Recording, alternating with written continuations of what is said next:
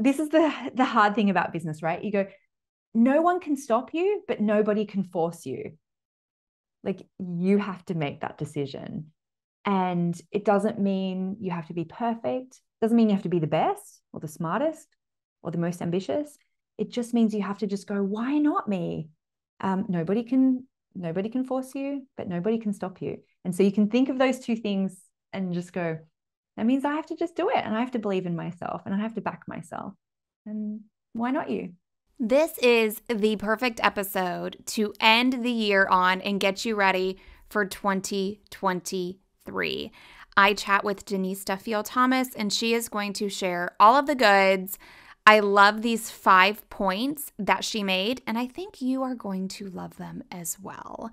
This is somebody who I have known of for years. I read her book, Get Rich Lucky Bitch, years ago. I feel like it's one of those that I need to reread or like take notes while I'm reading. I'm doing that now with nonfiction books. I'm taking notes while I'm reading them.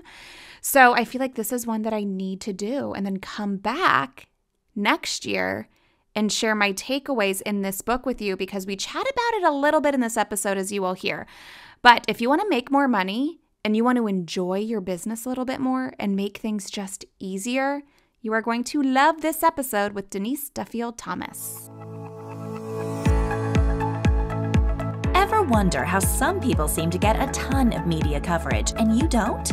Welcome to Become a Media Maven, where TV reporter, host, and news contributor Christina Nicholson shares years of media experience to help you get the media attention you and your business deserve.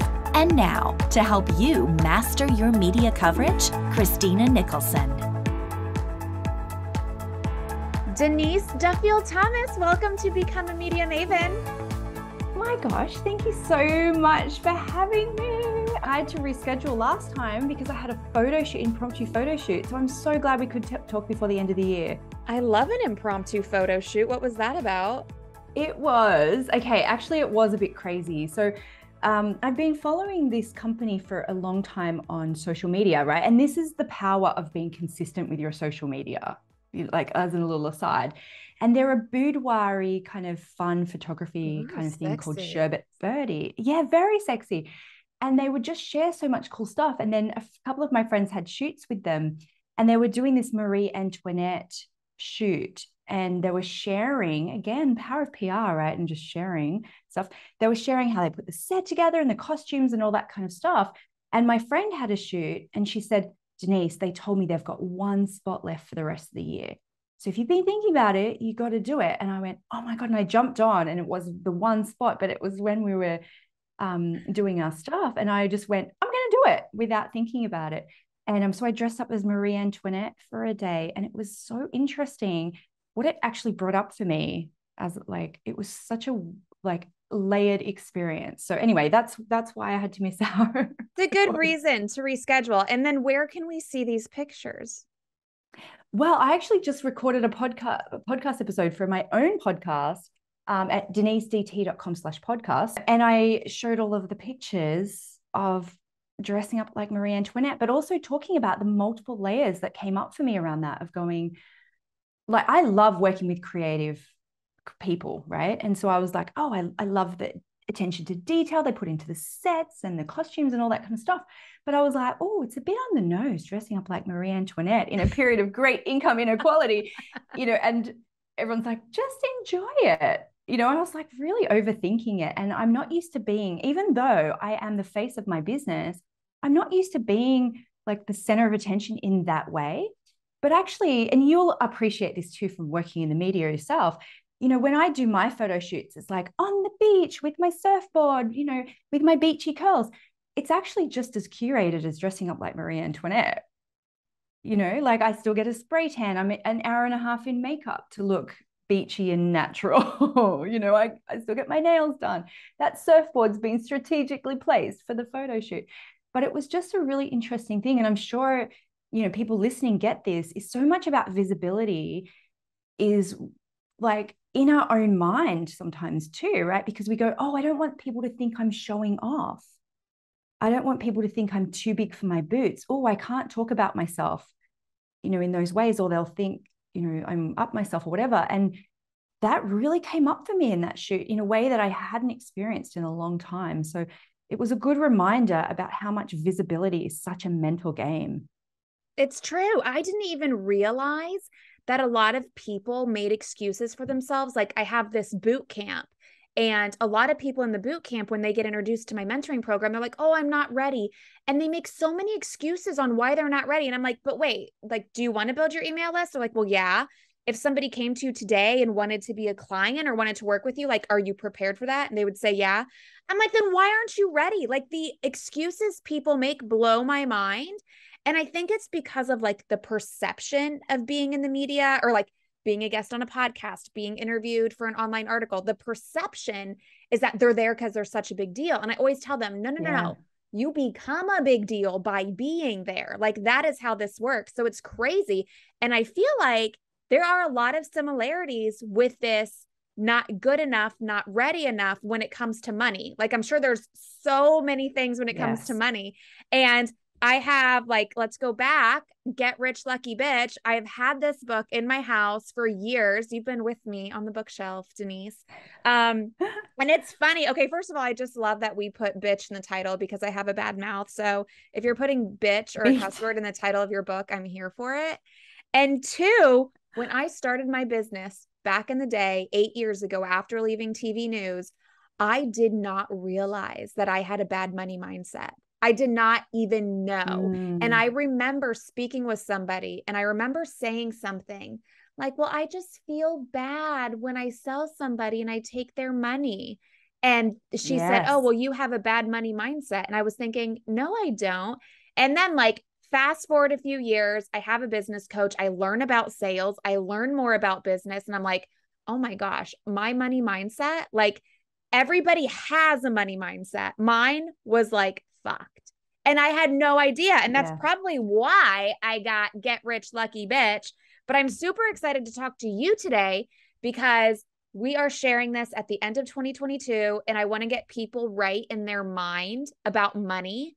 Before we get into your tips, first, like, why are people so afraid or uncomfortable to talk about money? Well, look, I don't think we should feel bad about that because, I mean, my mum never made her own money. My grandmother never made her own money. So it's only really still a fairly new thing for women to be powerful around money. And I would also say, you know, because I know you have a couple of men who listen as well. Hi, guys. Is that none of us have been taught to really talk openly and honestly about money. A lot of people are taught it's impolite to talk about money. It's impolite to ask for money. And so, of course, then when you're an entrepreneur, sometimes we take that literally and we go, well, then I can't put a price on what I do. I can't send invoices. I can't chase up invoices. Like, that's so impolite. And it's just seen as this really taboo thing. From a gendered point of view as well, you know, there's so many studies about how girls are just not spoken to about money as much as boys are. There's pay disparity in pocket money, in allowance from a very young age. And so it's just still new. It's still new to us. And we can change that because we can give ourselves our own education and permission to make money. We can normalize it by talking about it within our business groups, with our business friends. And we can change it for the next generation by talking to our kids equally that money isn't a bad thing, that it's just a neutral tool and we can use it to do good things in the world. So I just think we've got to give ourselves permission around that. Also, the thing is, I mean, I'm 43. I grew up without the internet. You know, I didn't really start using the internet until really like my late teens, early 20s. And even still, that was pretty clunky. And so for me, the idea of having a business was a very linear relationship with effort and reward, meaning you made something, you sold something. You made something, you sold something. And now we live in a world where that relationship isn't a linear thing. And you can create something from your imagination and people can buy it years from now in the form of a book or a course or whatever. But it breaks our brains a little bit if you grew up in that kind of analog way. It breaks your brain to think, hang on, I can earn money without like that effort necessarily, or I can profit from that effort for a long time. Things that were only ever available to very, very wealthy people, in the 80s and before that. So we've got to be compassionate with ourselves. The math ain't mathin', and we don't know why. And it just takes a little while for us to get our brains around the fact that it can be easier, and you can make money from your imagination. And then we haven't even gone into like industry specific things, right? If you're a writer, for example, you might have grown up hearing ideas are a dime a dozen. And you're like, well, words have no value. Only like physical things have value. Or you might be in an industry that helps people with their health or with problems. And you've been in that industry hearing, well, I hope you're in this for the right reasons. You can help people or make money, but not both. And there's so many layers to that we have to uncover. That makes sense. There's a lot. We don't have time to discuss all of the things because we could go on for days and days and days. Get Rich Lucky Bitch is a good place to start. And then you also have Chill and Prosper, a new book. What is Chill and Prosper about? I really wanted to have a book about business because I think so much of that, once you kind of get your money mindset straight, is looking at your business and how you can give yourself permission to make things easier in business. So the book actually came out a couple of years ago called Chillpreneur. And we did an update recently, and we changed it to Chill and Prosper, there's a whole story around that. But it's really about how you can make things easier in your business so you can make more money and change the world. What did you learn from Get Rich Lucky Bitch to Chill and Prosper? Like, what did you do writing and marketing the second book that you learned from your process the first time? Well, what I learned from the first book, because I actually self-published Get Rich Lucky Bitch in 2012. And I had a Hay House author, who's my publisher. They were on my newsletter list for a couple of years. And they contacted me a couple of years in and asked me to put together a proposal for a book. And it didn't work out at the time. And funnily enough, because they didn't like the word bitch. Stop. They were like, oh, the reason I love it, of course. Totally. They were like, oh, we're just not sure it's for us. But actually, I kind of knew that if I had a bigger platform, it wouldn't have been a problem for them. So I went back and went, I'm going to build my platform. So next time I pitch them, they cannot say no. And that's exactly what I did. I went back and just went, I'm going to make sure all of my numbers are really great. And I went back to them a couple of years later and I said, I've got an idea for a new book called Chillpreneur, and I will give you my self-published books as part of that deal for them to republish. So I think what I learned from even that experience is, one, you have to back yourself. 100%. You have to back yourself. If no one's giving you a book deal, self-publish. If no one's putting you on stages, create your own events. If no one's booking you to be on their podcast, create your own podcast, right? But also the power of consistency in that marketing is, if I hadn't sent that newsletter out every single week, I don't know how long that Hay House editor was on my newsletter list, but imagine every week going, oh yeah, Denise, yeah, that's right. Oh yeah, she's growing. That's interesting. Let's keep an eye on her. But imagine if I'd not sent out that newsletter. And I hear this so many times from entrepreneurs. They go, but my list isn't bigger. I'll be consistent when I get better numbers, or I don't feel like sending out my newsletter, or, well, I don't need to be consistent in my business. My audience will show up when I need them to. And I just see that power of that consistency showing up and up and up again. And then, of course, when I re-released the book too, it's, well, you build up so much, equity and goodwill with your audience by consistently showing up and giving to them, that people, still bought the second edition of my book. And so I think that's what I learned, of just that power of consistency and showing up and backing yourself is so important. Because even when you have a publisher, you still have to sell, you have to do most of your own marketing, right? Everyone kind of knows that. And there's no silver bullet. It's just showing up. I love that. Let's get into those 5 ways to make business easier while making more money. Because if there's anybody to talk to about this, it is you, 100%. And who doesn't want to make more money while making business easier? Like for me, I used to set monetary goals every year. And now I am like, I just want to enjoy my days.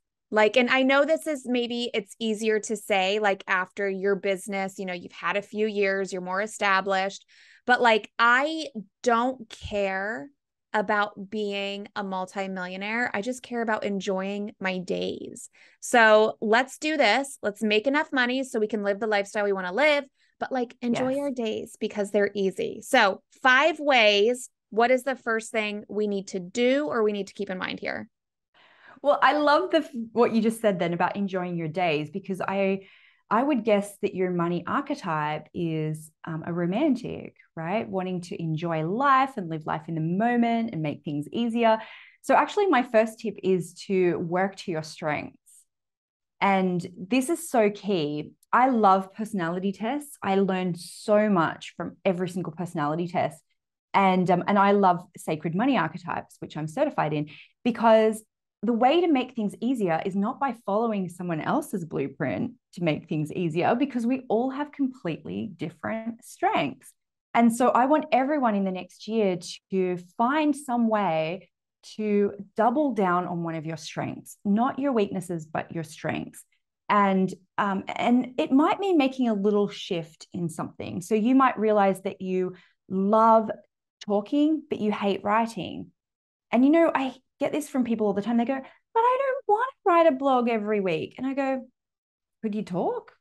Like, can you do, like, still, the thing is to be consistent. How you do that is completely up to you, whatever feels easier for you. And if you want to enjoy your week more, can you batch things on a particular day? What can you do to make your life a little bit easier by working to your strengths? And that sometimes just requires a little bit of maybe investigation around one of the strengths modalities, or just giving yourself permission to realize it's not your strength anymore. So it could be letting go of a service or adding something new into your business that you think is it allowed to be easy? You know how sometimes people are like, but will anyone pay for that if it's really easy for me? And it's like, yes, that's the whole point of building a business to your strength, finding that path of least resistance for you, not for anyone else. I love that, because in last week's episode, we talked to somebody who is a master delegator, and she explained why you need to delegate the things that you hate or the things that you're not good at. So this is perfect. Okay, so we are going to work to our strengths, double down on that. What's next? Yep. So number 2, and these aren't in any particular order, but number 2 is I want every single person, if you don't have it yet, to have at least one passive income product, at least one thing, because this is where you start to buy back some time. And often people overthink it. So would you say for your audience, people are already there, or they're waiting for the right thing for their passive income? I think a lot of people in my audience listening, they probably already have a passive income product, but it's not performing like they want it to perform. Or they have a thought for one, but maybe they haven't pulled the trigger on it because they're afraid they don't have anybody to sell it to. Yes, great. Okay, so I'll speak to both of those. So I remember my first passive income thing ever was a $50 e-course, like a video course. And actually, no, that's not true. The first one was an ebook. But the thing that was really interesting about that is, again, remember I spoke about that relationship between effort and reward. When people bought that $10 ebook from me, I felt like I had to call them up and read it to them over the phone, because I was like, but I didn't earn that $10. I was like, I didn't earn it. So there's something there sometimes about looking at another layer deeper around your resistance to passive income. And sometimes it's because we think, oh, it doesn't count, or everybody knows this, or it's not perfect. And I want you to think really small. It could be a template. It could be, an ebook. All it has to do is be a solution for somebody. Because when you have that little bit, like the first time you do that, right, it's proof. You go, oh my gosh, I didn't have to work for that. And it's okay for me to be rewarded for the solution that I offer to people. And if, there's people listening who are you've got it there and it's just like 80%, and you just need to just publish it. That's what you have to do in the next year. For those of you who have one, but you never tell anybody about it, your action might be to put in your newsletter every week. By the way, if you need a solution, here's the link. Maybe put it a bit more prominently on your website, something like that. And, you know, even that's a big goal for me too, you know, like having more passive income, and getting back to basics. Solve a problem for somebody, solve a problem. Don't overthink it, solve a problem for people. And that will give you confidence that you don't have to take on every client. It will give you confidence to, you know, buy back some time and some enjoyment, which always leads to creativity. I don't know about you, Christina, but for me, it always leads to more creativity when I have a little bit more spaciousness. And it will just give you so much confidence that you can help people and make money, and it doesn't have to be hard. I love that. And if people are purchasing your passive income product, like, and it's helping them, trust me, they don't give a shit that it's passive income for you. Like, they're not even thinking about, oh, this is passive income for them. They're thinking about themselves and if they're benefiting from what they're purchasing. I just wrapped up a couple of live launches for my 3-day bootcamp, Pitch, Publicity, Profit. And after doing it a couple of times, like, it was great. I had this like VIP where I helped people one-on-one live. It was fabulous. But I said, this takes a lot of energy out of me because it was 3 days. It was like so many hours a day. I said, I'm going to turn this evergreen, and I recorded everything. And I made sure that anything that was live, we tweaked it so it would fit in a recording.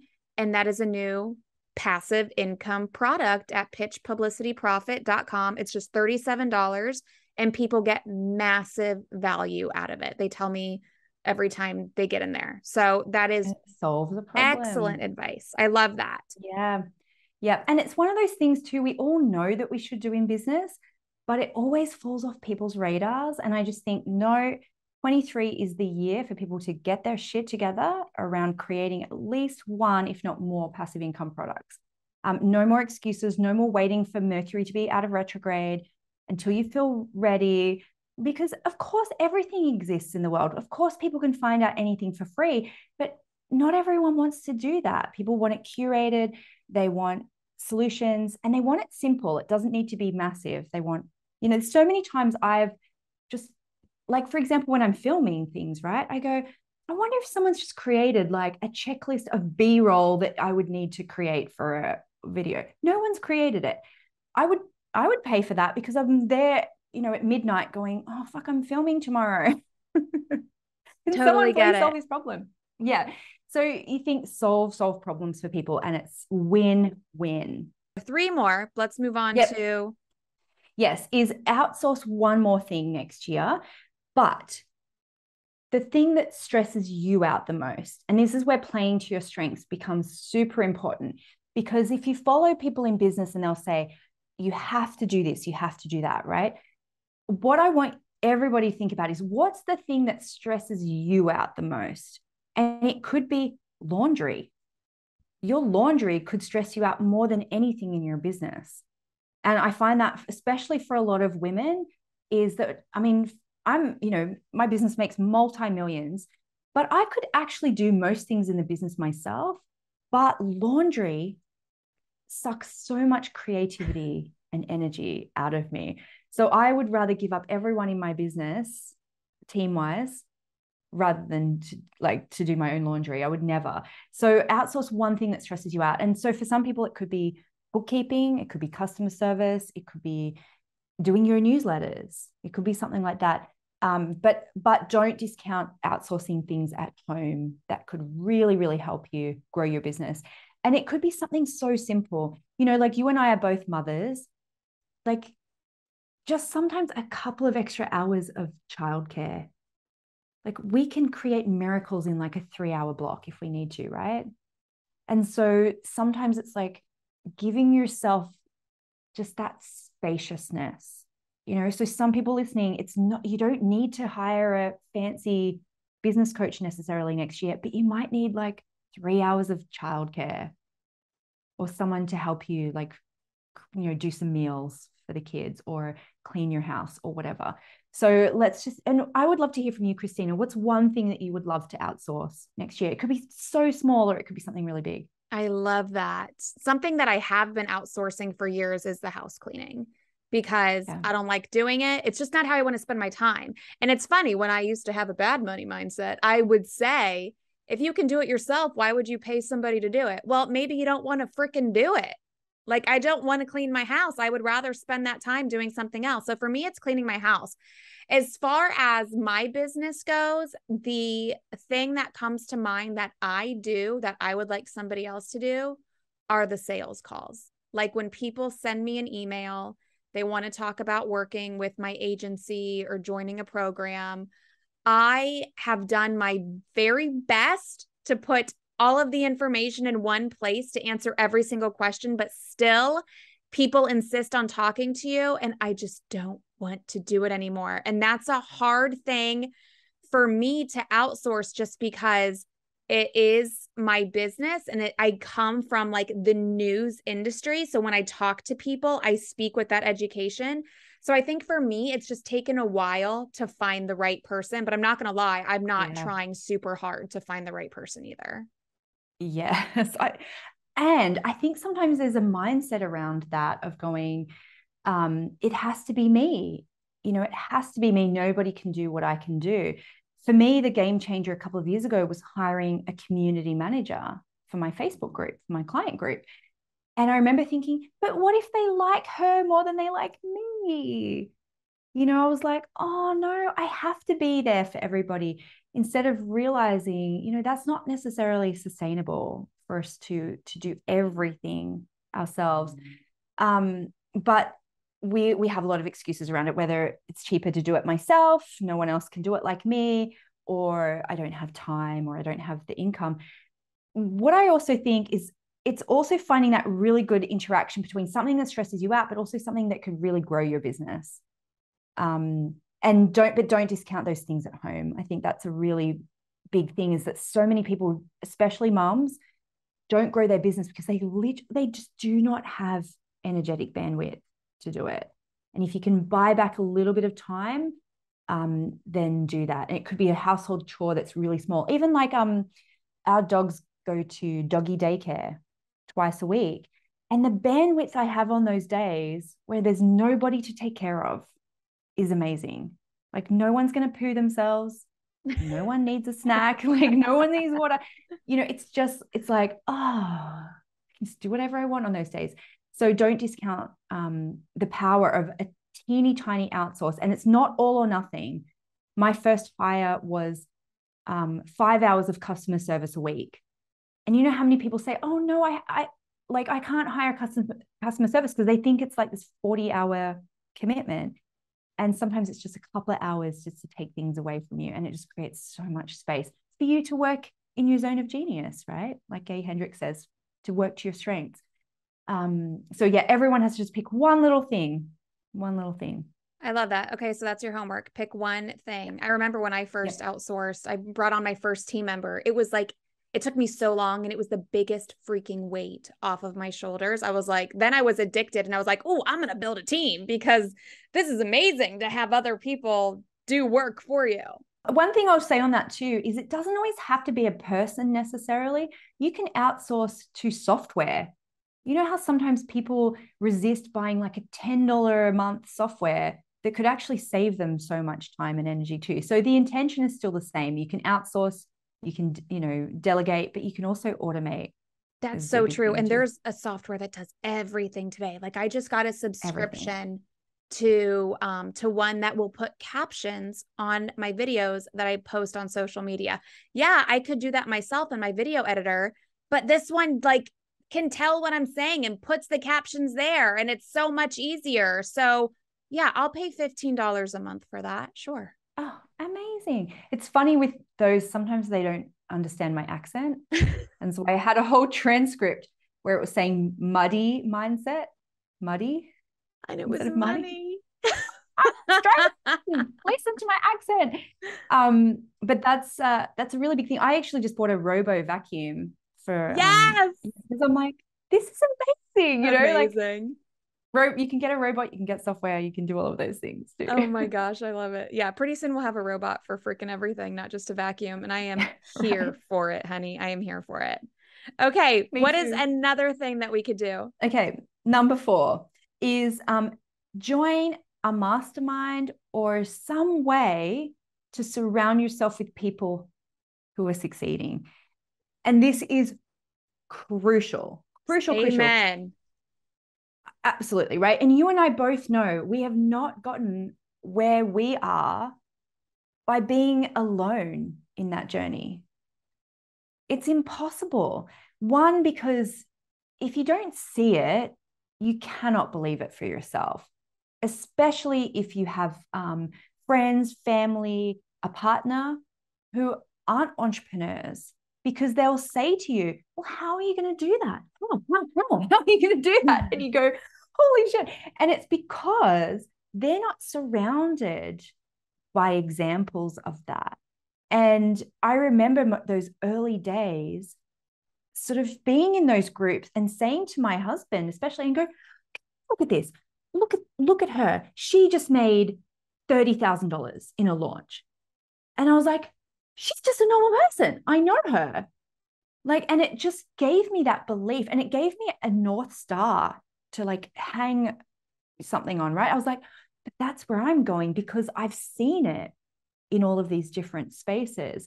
And I would say that's really one of the number one secrets to my success, making millions and millions of dollars, because I've been in the game with other people.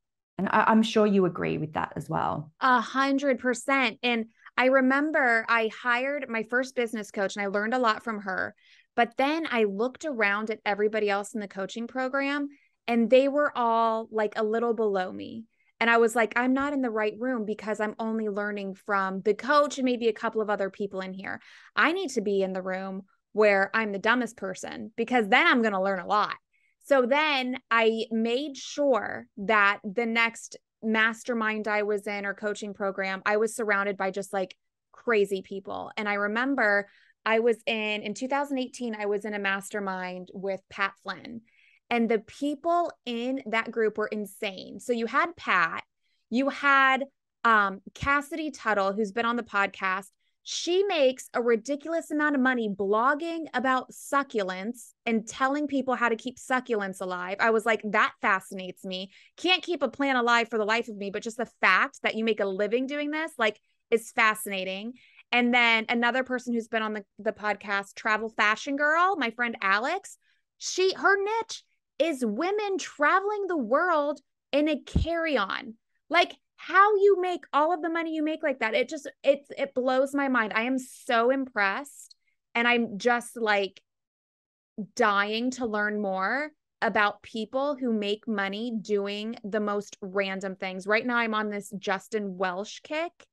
I don't know if you follow him on LinkedIn or Twitter, No. but his big thing is like, I'm a solopreneur. I have no team. I have no clients, and I make millions. I'm like, okay, I want to do that because that sounds like no headaches, like no people. You don't deal with people. Like, I want to know that. Like, how do you do all of that? So it's just so interesting to me. Like, I'm like a nerd. I have a shirt on right now that says book nerd. I just love to learn, and I love to learn from people who have been there, done that. So like, out of all of the things you've said so far, like this one's my favorite just because the value is like exponential. And it's energetic, right? It's so different from reading a book because it's proof. It's proof, and it's mind expanding. And I'm actually hosting a mastermind at my farm in a couple of days. And it's a peer-driven mastermind. And what fascinates me when we come together are those stories where someone goes, do you guys know this person who's like making millions doing succulents? And we all go, no. And they go, what? She's so famous. And you go, no. And every single person has stories like that. And it makes you realize not only are there so many ideas in the world, but there's actually so many clients, because we all felt like, you know, and sometimes you go, oh, but this is my market. Everyone's seeing what I do. And then realizing, you know, like we're all kind of, you start to become the big deal in your community too. And people say to me, everyone knows you, Denise. And I go, no, they freaking don't, because I go to these masterminds and there's all these people with these huge empires that I've never heard of ever. And it just expands my mind that so much more is possible. And examples like that with the succulent lady. Last time I was with my mastermind, they were like, I think this lady, she makes $2 million a month teaching people how to renovate chairs. And they're all like, what? No, or, oh, this lady makes, $1 million and she's got a $37 ebook on how to be an artist or something. And we just all go, what? So I love how you said you like to be the dumbest in the room, because I've got a little bit of ego. I like to be in the middle. I like to be like, wow. And then I like to be like, yeah, I'm doing great. So I like to kind of put myself in the middle. But I've done a similar thing where I've outgrown masterminds and then it hasn't stretched me. So I know people listening, I'm sure it's not new to you to be in groups and to be in masterminds and to learn and all that kind of stuff. But sometimes you've got to go, look, this is my big year, or I want to master this particular skill. So I have to be around different people who are going to stretch and pull me in different ways and normalize a new skill set. And for me this year, that was, I wanted to learn how to write in a different way. So I had to join a writer's group, and every month we get together, we have to read each other's work. Like we have to read our own work out aloud and then get critiqued on it. Like so out of my comfort zone, but then it's putting me into a different space where writing is more normalized, right? And it changes your brain. So I think one of the great things too is to look at what skill set do I need to learn this year, or what income level do I need to stretch myself to, and then deliberately go out and search for that, rather than just get kind of sucked in by, oh, that person's shiny or whatever. You've also got to look at who else are they teaching, because it's not enough just to have the mentor be the person, as you said, right? You've got to look at who else is in there and what will I be stretched to believe for myself. Yes. Like I said, my favorite one so far, but you have one more to go. What is the fifth and final thing that we should do to make more money and just have an easy business while we do it? Okay, is to look at your money blocks. And this is a big thing, but it's also an ongoing conversation, is to really look at what is holding you back. And sometimes it's, you really nut it down to one belief, like I can't help people and make money, or I can't be down to earth and make money, or people won't like me if I make money. It usually comes down to like one particular thing. But I think just a commitment that you are going to be in this ongoing conversation, looking at your money mindset. And, I teach this stuff. I've been teaching it full time for over 10 years. And I'm constantly looking at new layers of my money mindset. Like I said, with the photo shoot that I did recently, I was like, oh my God, there's so much to learn about my money mindset. And so it's almost just a decision that it's an ongoing thing, that you always have to look at where am I holding myself back? What old stories are coming up for me? And what do I need to believe about money for this next year? I feel like that's a hard question for people to answer. Like they don't know, like I didn't know I had a bad money mindset. Like people don't know they have money blocks. I assume one of your revenue streams is teaching people how to figure this out and how to fix it. Absolutely. I mean, my book, Get Rich Lucky Bitch, is a really great place to start. A lot of people tell me they read that and they go, oh my God, I didn't even realize I had these money blocks. It's a very easy kind of read too. It's not going to send your life into a tailspin, but that's a really good place to start. And then I have my money bootcamp as well. And that's where we explore those things together. And even, we have monthly calls. I still haven't run out of topics yet for us to explore around our money mindset, because there's always new places to go. But it usually starts with examining, like, what's my relationship with hard work and money is probably a really good place for a lot of entrepreneurs to start with. What did my parents talk? What did my parents say about hard work? What did my culture say about hard work? And we have to start decoupling that relationship, because we know it's like, if the wealthiest people in the world also worked the hardest, we know that all of those people would be nurses and teachers, right? And they're not. So it's not about hard work. It's about giving yourself permission to profit from your skills and talents to help people and make money. And that's okay. But yeah, my book is a really great place for people to start on that. Love that. And I will link to the book in the show notes. I will also link to your podcast and your website. So if people want to learn more, we'll make it super easy for them to do so. Anything else you want to add that I should have asked before we say bye? Well, let me just recap those 5, just in case anyone missed them. Yep. Number 1, work to your strengths. Be unapologetic about that. It's okay to have business work to you. That's fine. Number 2 is to get really serious about passive income this year, even if it's just the tiniest one thing. When I say serious, it doesn't mean perfect. It doesn't mean this big, perfect monster. It's like one thing to start. Number 3 was outsource one more thing that stresses you out in particular.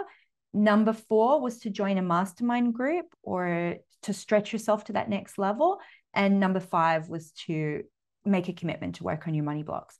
And then I think the thing that really sums this all up is just saying, why not me? Like no one, this is the hard thing about business, right? You go, no one can stop you, but nobody can force you. Like you have to make that decision. And it doesn't mean you have to be perfect. It doesn't mean you have to be the best or the smartest or the most ambitious. It just means you have to just go, why not me? Nobody can force you, but nobody can stop you. And so you can think of those 2 things and just go, that means I have to just do it. And I have to believe in myself and I have to back myself. And why not you? Fabulous. Thank you so much, Denise Duffield-Thomas. I appreciate you being here.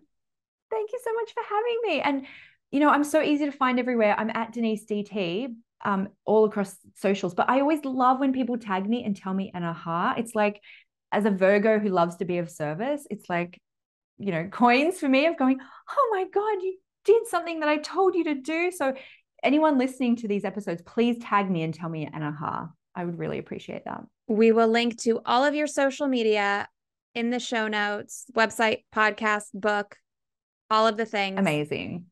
Thank you so much for listening. This is the last episode of the year. So if you have not already, tap that subscribe button. Leave me an honest rating and review so we can go into 2023 prepped to hear more goodness from yours truly, me. And something is going to be a little bit different about this podcast in the new year. Denise is my last planned guest for the podcast. Something I want to do in 2023 is more solo episodes, if not all solo episodes. And if you are subscribed to my YouTube channel, you have seen that the camera has been on, so you can see me, you can see the guests as we have this conversation, but I think I'm going to step up the video game when I do these solo episodes. So I'm going to have like a real life big girl YouTube channel. This is something I tried a few years ago. I think I was consistent for about 2 to 3 months and then I quit. Well, I want to do it again.